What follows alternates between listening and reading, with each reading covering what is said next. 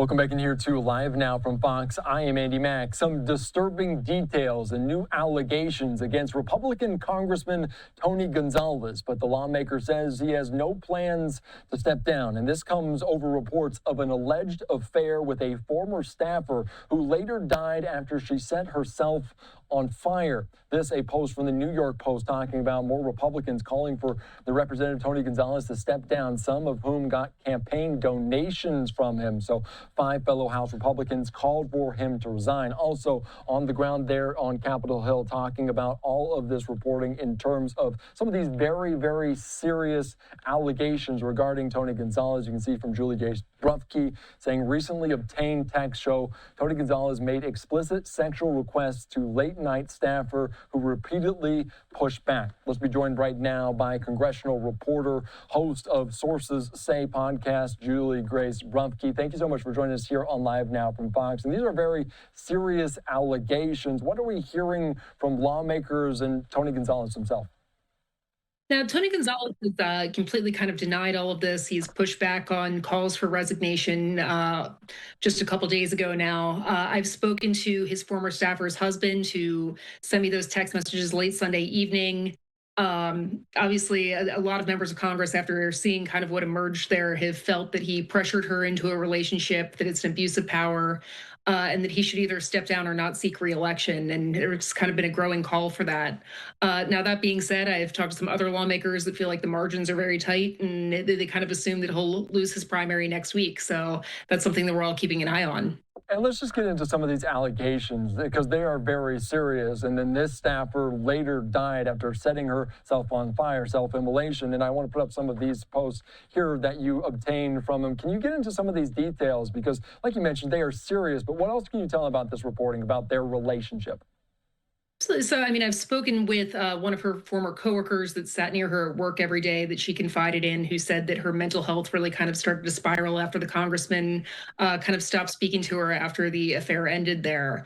And I know speaking with her husband and his lawyer, they also kind of felt things deteriorated and the marriage kind of collapsed as a result of those text messages. But in those text messages, you can repeatedly see her pushback of thoughts this is going too far, things of that nature when he's asking for things like lewd photos and other things of sexual nature.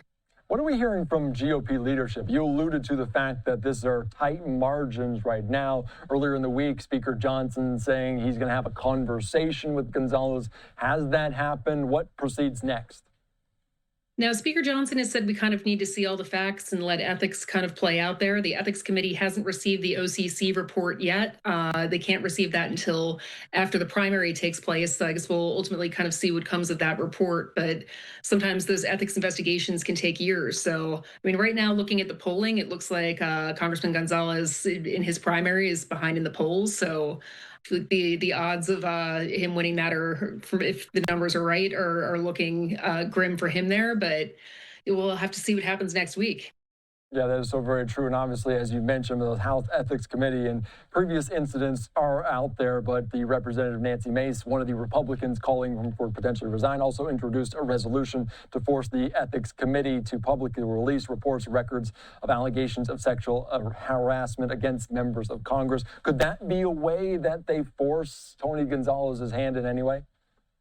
I mean, we'll see if there was a settlement there, but ultimately there have been hundreds of thousands of dollars spent on sexual harassment or abuse over the years where these names have been hidden, where I've talked to a number of members just over the years that feel like that should be transparent. So I know a lot of the female members I've spoken to are a little worried that resolution, after it gets forced from the floor, will be sent back to committee. But I think a growing number in support, it's, I think, kind of going to put members that vote against it in a difficult spot. I mean, the optics on that are not great for those voting against it. And we know there's those 5 Republicans, and those names are familiar. Nancy Grace, Paulina Luna, some of those, Thomas Massey kind of included. Have we heard from the larger Republican contingent at all about this?